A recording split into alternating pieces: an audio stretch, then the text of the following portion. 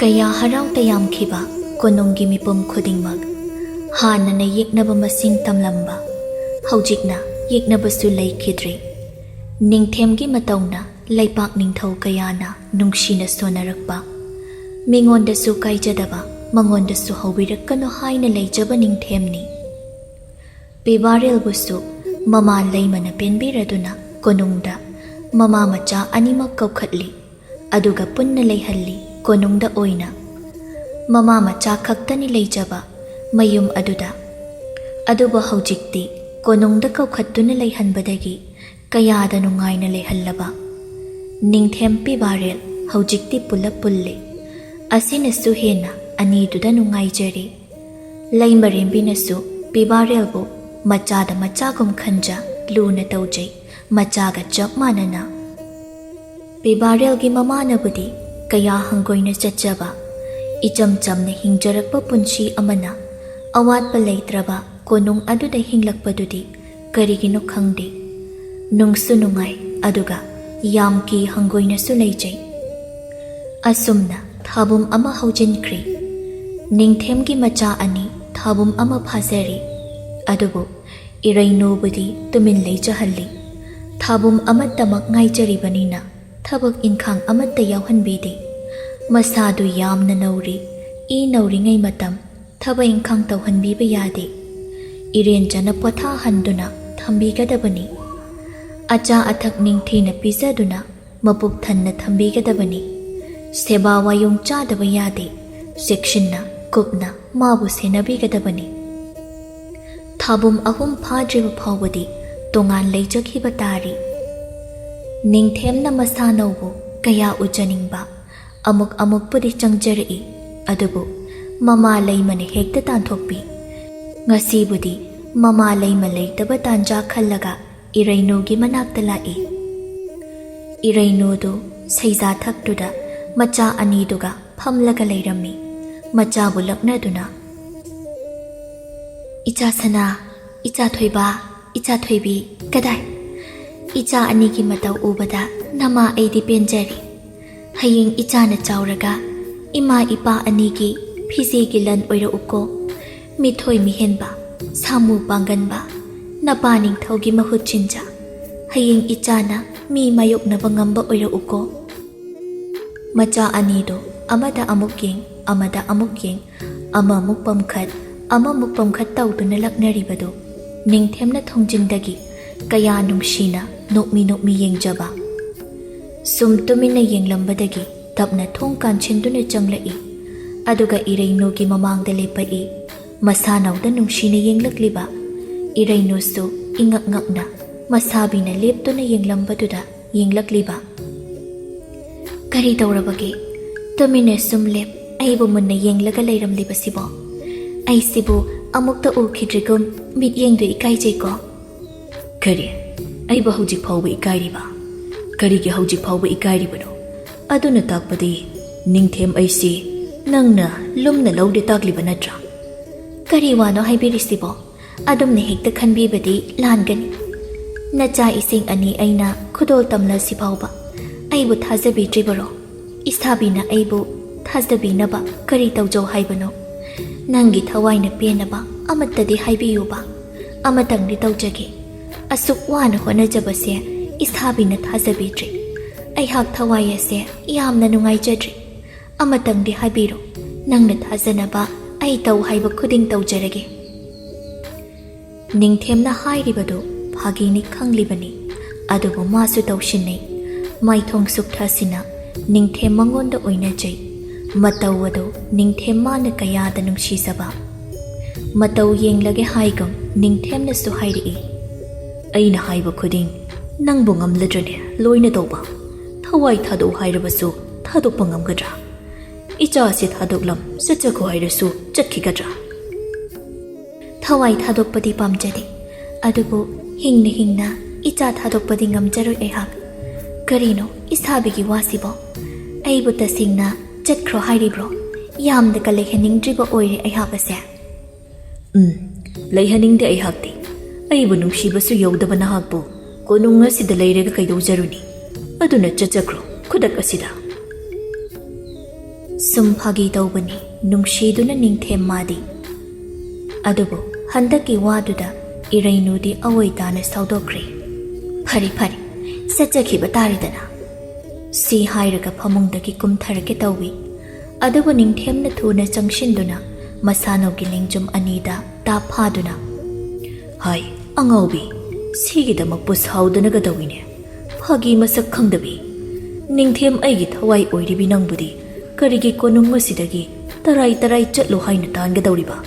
Ngamjaroi aihak. Hakjang aihak thanamlaga thawai nangna chatkrabadi hakjang aidi ithanna ta kamaina lehaugadoiba. Lengjumda pairambadagi tapna mathada chingchinduna konchinbi. Aihak ase thabum ama subada ngaijari. Irangado hobirakin. Ima leimana nangbu hek tanthokpibado nang maram khangjaba natra.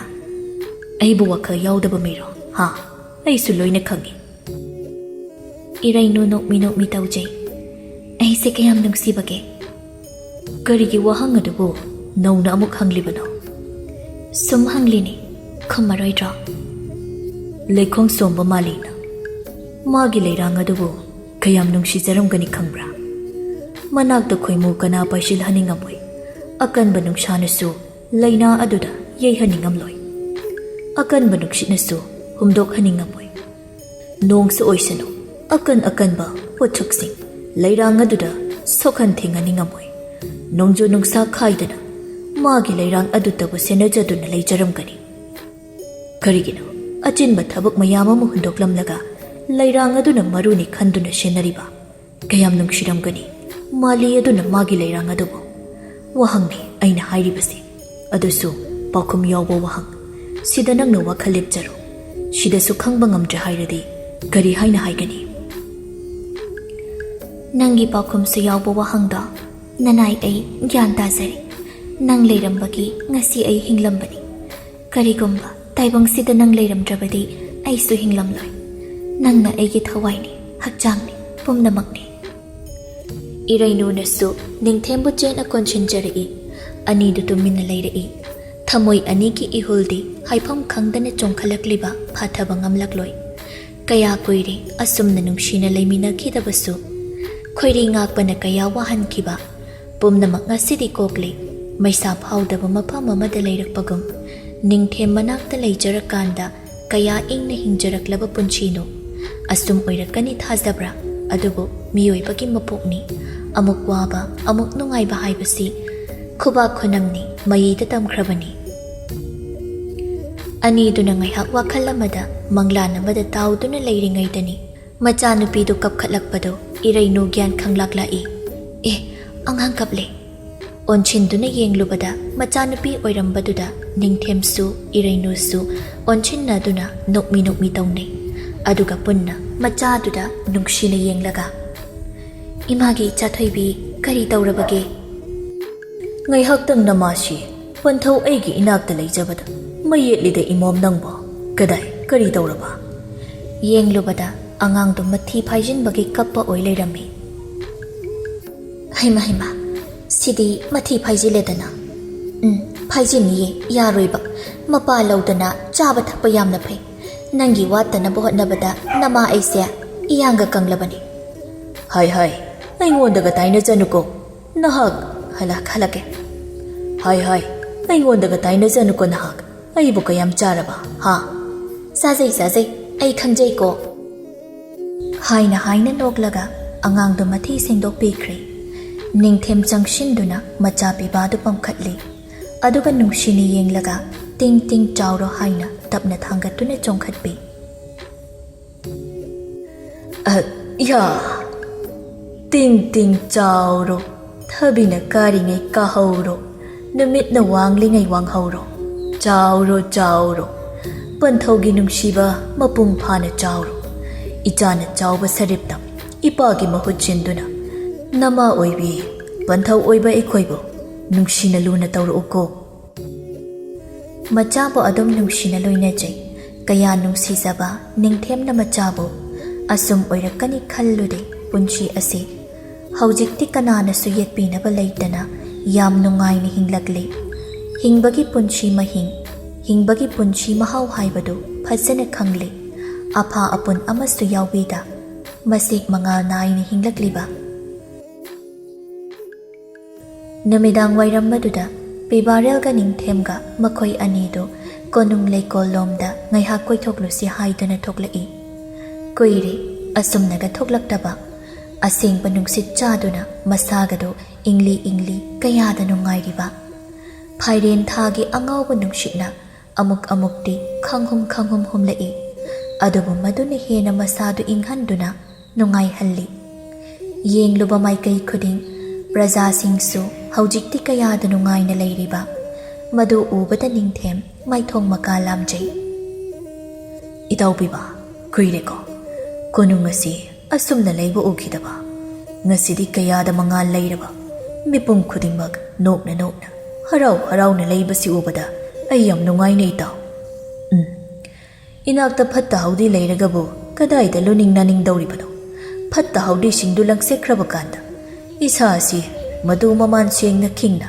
luna nana leininga kadaba natro phatta haudi singdu langthokraga isa nungairakpa haibasidi hauna sani praman oina piduna pibarel na takliba Ningthem momonoi chumbi taw matam koina inakta phatta haudi leiramba singdu ngashidi ikhutmakna khungatuna lapna tamna hundoklurabanina yamna nungaire asumna sum hingbasi leipak khudingi ningthau makhoi su pamdabra khangdine miyoibana lan hauraga nungairi basi garidano aisu nungaite adubo tawdaba yadaduna tawkibani aigi oina lan haiba lanse sunghau hauningdi adugi saru nungshi chandana leibasi pamdaba jala adu khudingmak ayamba kalak mihobadagi thoklakpa wathok ngaktani itaw Ningthem matam sigi chanabishi ka yamna hel angambana athoba sakpa phatre khanglaba thabak dudasu angambana tawbani hairabadi praja miyamna karisto haiba ngamdab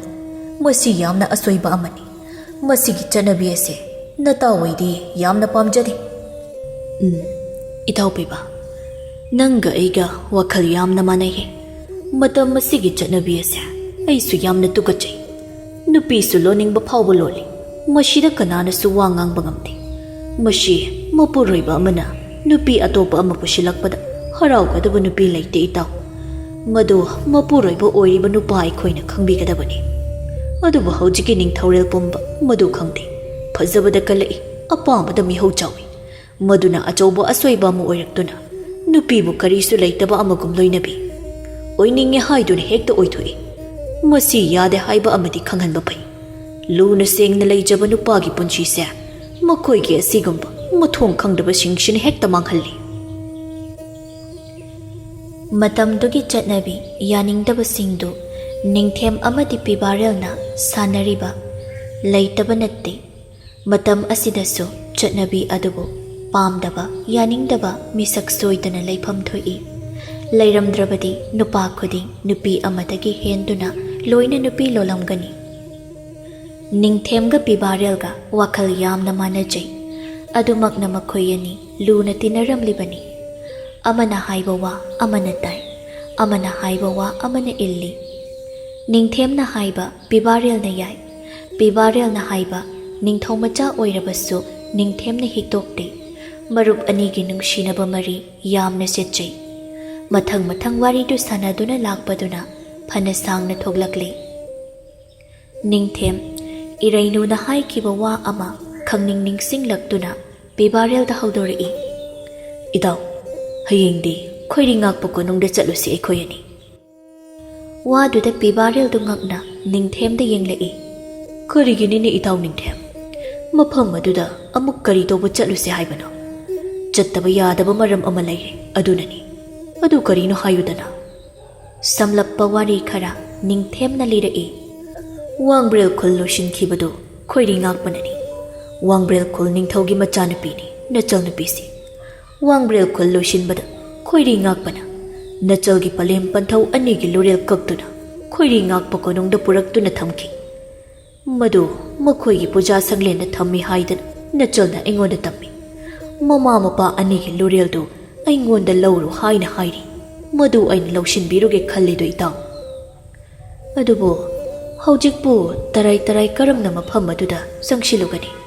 ꯈꯣꯏꯔꯤ ꯉꯥꯛꯄ ꯂꯩꯇ꯭ꯔꯦ ꯍꯥꯏꯔꯕꯁꯨ ꯃꯥꯕꯨ ꯅꯨꯡꯁꯤꯕ ꯃꯌꯥꯝ ꯑꯃꯅ ꯁꯣꯏꯗꯅ ꯃꯐꯝ ꯑꯗꯨꯗ ꯂꯩꯔꯝꯒꯅꯤꯅꯦ ꯏꯇꯥꯎ ꯅꯤꯡꯊꯦꯝ꯫ ꯂꯩꯖꯁꯅꯨ, ꯍꯧꯖꯤꯛꯇꯤ ꯀꯤꯅꯤꯡꯉꯥꯏ ꯑꯣꯏꯗꯦ꯫ ꯑꯩꯒꯤꯗꯤ ꯂꯨꯔꯦꯜ ꯑꯗꯨ ꯂꯧꯗꯕ ꯌꯥꯗꯦ, ꯑꯗꯨꯒ ꯅꯆꯜꯗ ꯈꯨꯗꯣꯜ ꯑꯣꯏꯅ ꯄꯤꯗꯕ ꯌꯥꯗꯦ꯫ ꯃꯗꯣ ꯃꯃꯜ ꯌꯥꯝꯅ ꯇꯥꯡꯕ ꯈꯨꯗꯣꯜꯅꯤ꯫ ꯅꯆꯜꯒꯤ ꯅꯤꯡꯕ ꯑꯁꯤꯗꯗꯤ ꯊꯨꯡꯍꯟꯒꯦ ꯍꯥꯏꯅ ꯑꯩꯅ ꯆꯞ ꯌꯨꯡꯅ ꯈꯟꯈ꯭ꯔꯦꯅꯦ ꯏꯇꯥꯎ꯫ ꯄꯦꯕꯥꯔꯦꯜ ꯅꯤꯡꯊꯦꯝꯗ ꯌꯦꯡꯂꯒ ꯅꯣꯛꯃꯤ ꯇꯧꯔꯛꯏ꯫ ꯏꯆꯜꯁꯦ, ꯅꯪꯅ ꯑꯗꯨꯛꯀꯤ ꯃꯇꯤꯛ ꯅꯨꯡꯁꯤꯕ ꯑꯣꯏꯔꯦꯀꯣ ꯅꯤꯡꯊꯦꯝ꯫ ꯅꯨꯡꯁꯤꯕ ꯑꯗꯨꯅꯕꯨ ꯅꯠꯇ꯭ꯔꯥ ꯈꯣꯏꯔꯤ ꯉꯥꯛꯄ ꯂꯨꯔꯦꯜ ꯀꯛ ꯅꯆꯜꯗ ꯑꯩꯅ ꯀꯠꯂꯤꯕ? ꯃꯥꯕꯨ ꯅꯨꯡꯁꯤꯗꯕ ꯑꯣꯏꯔꯝꯂꯕꯗꯤ ꯀꯔꯤꯒꯤ ꯂꯥꯟ ꯍꯧꯗꯨꯅ ꯂꯩꯄꯥꯛ ꯑꯃ ꯇꯨꯝꯅ ꯂꯣꯏꯁꯤꯜꯂꯝꯒꯅꯤ?